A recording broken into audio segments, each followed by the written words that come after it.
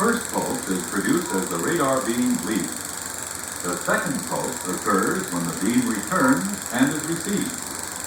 The return pulse is much smaller than the first. This indicates that the radar beam is weakened from traveling all that distance. By checking the interval of time between the first and second pulses, we can tell exactly how long it took for the signal to travel to the moon and back. We know the speed that a radio wave travels. The scope tells us the time spent in traveling.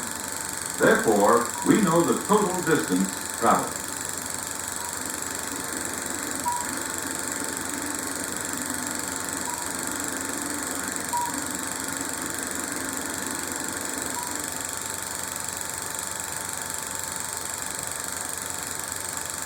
So far, we have been watching a slow-moving spot. By adjusting this knob, we can move the spot much faster.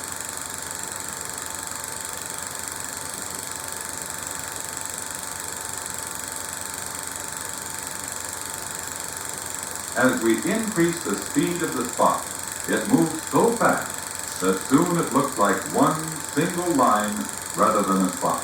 But it is still that one single spot, presently moving at such a speed that it only takes 1/1000th of a second to move the distance of one division. Now we have the baseline of a graph, with each division equal to 1/1000th of a second.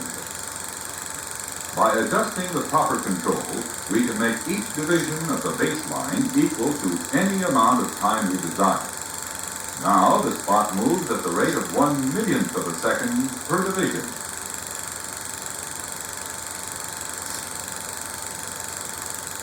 Now 1/10,000,000th of a second. Some special scopes will measure the intervals of a fraction of a billionth of a second.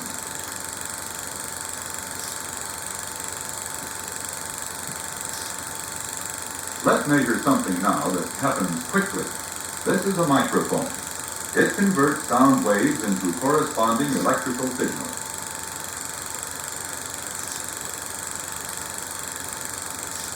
By connecting it to this oscilloscope, we can see a graphic picture of the sound waves it picks up. This is a human voice. This is a Tektronix 533 oscilloscope. This is the sound pattern made by a whistle.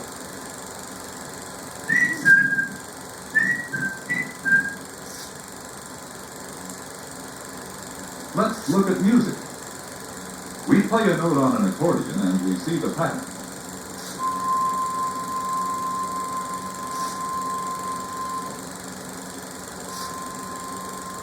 As the trace goes above and then below the center line, it represents one vibration or cycle of sound.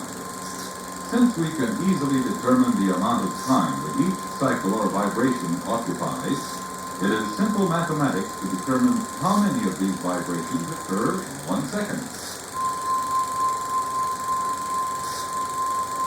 Now, without changing anything on the scope, let's play a note exactly 1 octave higher.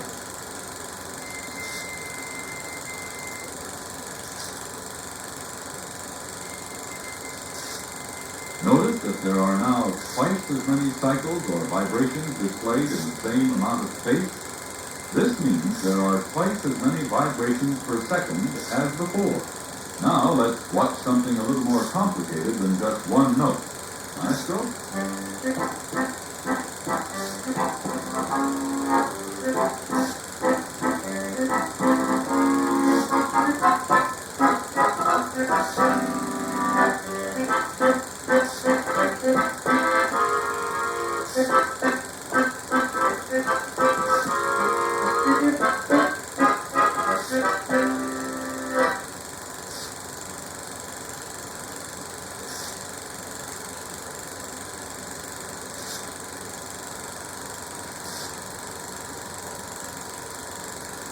This is a 1,000 cycle tone.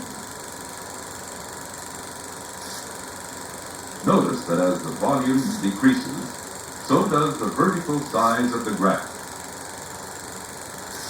This shows us that the scope not only measures time, but also quantity.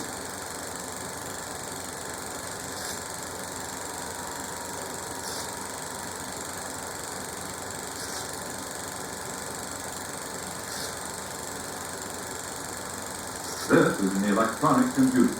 It is a complicated piece of equipment with many complex electronic circuits. It works lightning fast. Its accurate operation requires precise timing of the signals produced by the many circuits involved. Most of the timing signals in a computer are electrical pulses. Only an oscilloscope is able to observe and measure these pulses. We connect the oscilloscope to the right circuit. The pulse we want to see is fed to the vertical amplifier section of the scope. It will move the spot of light on the screen in a vertical direction.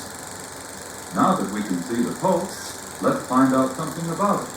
The scope is now set up so that each division of the baseline represents 1/1,000,000th of a second.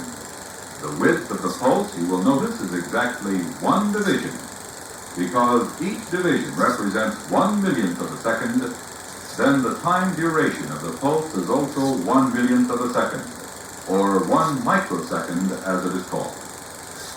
We can learn something else about this pulse. The scope is adjusted so each vertical division represents 1/10th of a volt. Because the pulse occupies 2 vertical divisions, we know that the pulse amplitude is exactly 2/10ths of a volt. We have learned several things about this electrical pulse then.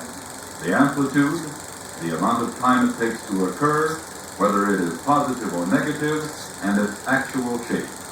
Only an oscilloscope can measure the exact size and shape of a fast pulse.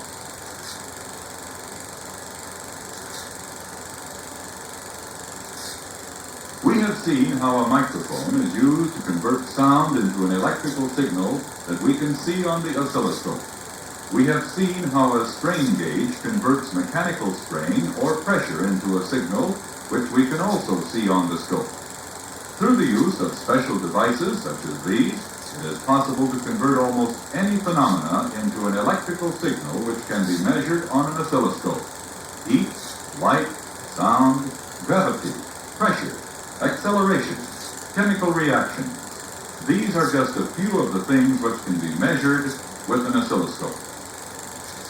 In this modern age of atomic energy, missiles, space travel, medicine, communications, scientific research, industry, education, the use of the oscilloscope seems to be almost unlimited. Electronic science demands that we know how much and how long. Even though the how much may be in thousandths of a volt and the how long may be in billionths of a second, the oscilloscope gives us the answers. Although the oscilloscope is a complicated electronic instrument, we can simplify its operation by saying that the oscilloscope draws a graph of some event with relation to time. We have a vertical axis that measures amount and a horizontal axis that measures time. The scope is accurately calibrated so that we can make each horizontal division represent any amount of time we desire, from several seconds to 1/1,000,000th of a second and less. We can also make each vertical division represent an exact amount of voltage so that we can accurately measure the amount of whatever it is that we are viewing. The ingredients: a vertical amplifier section, a time-based generator, a cathode ray tube, hundreds of additional parts and components.